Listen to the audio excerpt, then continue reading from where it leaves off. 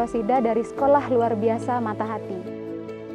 SLB Matahati berada di sebuah desa yang ada di Kabupaten Banyuwangi. Sejak 2012, SLB Matahati berdiri dengan beragam potensi unik yang dimiliki peserta didik dan sebuah layanan pendidikan untuk anak-anak berkebutuhan khusus. Saya ingin berbagi tentang praktik baik pembelajaran berdiferensiasi akademik fungsional. Tujuan pembelajaran pada pembelajaran berdiferensiasi mengintegrasikan pembelajaran akademik ke dalam kegiatan fungsional. Tentu akan berbeda dan akan menyesuaikan dengan kebutuhan belajar murid. Setiap kegiatan yang dilakukan oleh anak adalah sebuah proses belajar.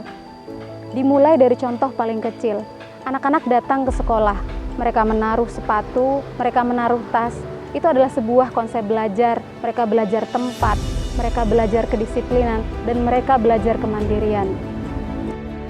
Itu mengapa sangat penting untuk melibatkan anak dan memberikan mereka kesempatan untuk melalui proses belajar secara mandiri. Anak-anak berkebutuhan khusus bukan tidak mampu, tapi mereka memiliki cara tersendiri untuk melakukan sesuatu. Saya sebagai pendidik melakukan langkah awal dengan identifikasi dan asesmen bersama orang tua, lalu membuat program pembelajaran bersama-sama. Ada 6 prinsip yang saya terapkan selama proses pembelajaran di Matahati. Yang pertama, yakni berpusat pada anak, bermakna, fungsional, alamiah, konsisten, dan menyenangkan.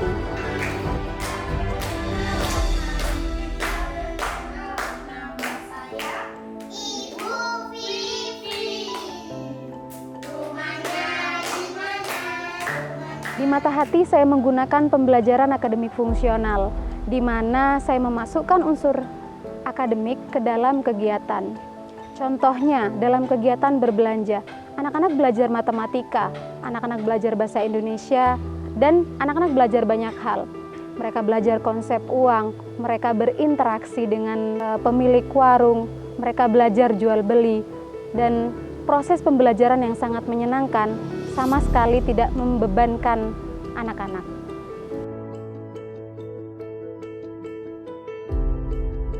Anak-anak tidak merasa terbebani karena mereka tahu bahwa apa yang mereka pelajari itu berfungsi dan alamiah.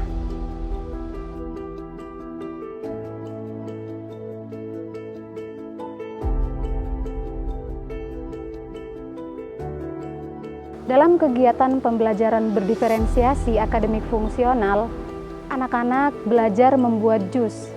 Mereka akan belajar sesuai dengan kemampuannya. Kita akan berbagi tugas. Anak-anak dengan hambatan penglihatan, mereka akan belajar tentang bentuk. Mereka akan belajar dengan mendengar suara. Lalu anak-anak dengan hambatan gerak, mereka akan belajar bagaimana menyendok, menuang jus ke dalam gelas. Lalu anak-anak dengan hambatan intelektual, mereka juga bisa belajar berhitung. Berhitung berapakah gula yang akan kita masukkan ke dalam blender.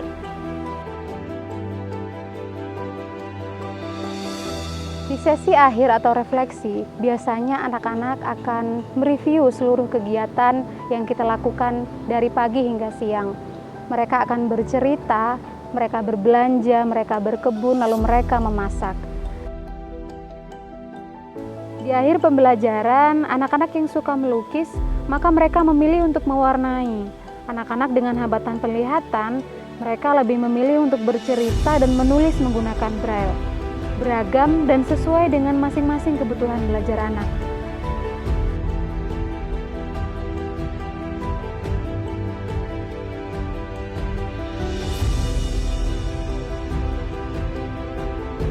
Kompetensi saya tidak akan berkembang jika tidak didukung oleh ekosistem yang baik.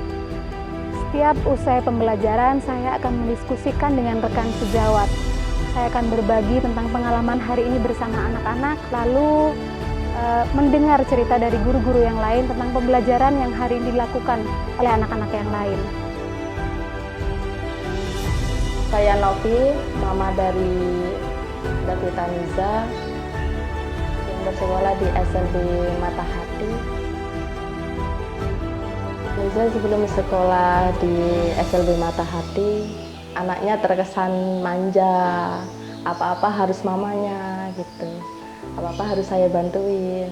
Tapi semenjak ada di SLB Matahati, masuk di SLB Matahati, anaknya jadi apa ya, mandiri, bisa cuci piring sendiri, kayak pasang sepatu, terus tas, perlengkapan sekolah, dari mulai ganti baju, buka baju, itu sudah bisa. Saya senang sama SLB Matahati, saya jadi bisa tahu perkembangan anak saya. Apa yang diterapkan di sekolah, juga saya terapkan di rumah. Jadi saya selalu terlibat, apapun perkembangan di sekolah.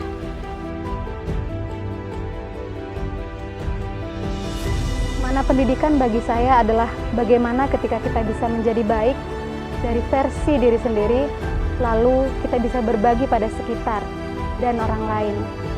Saya Faizatul Rosidah, salam Merdeka Belajar.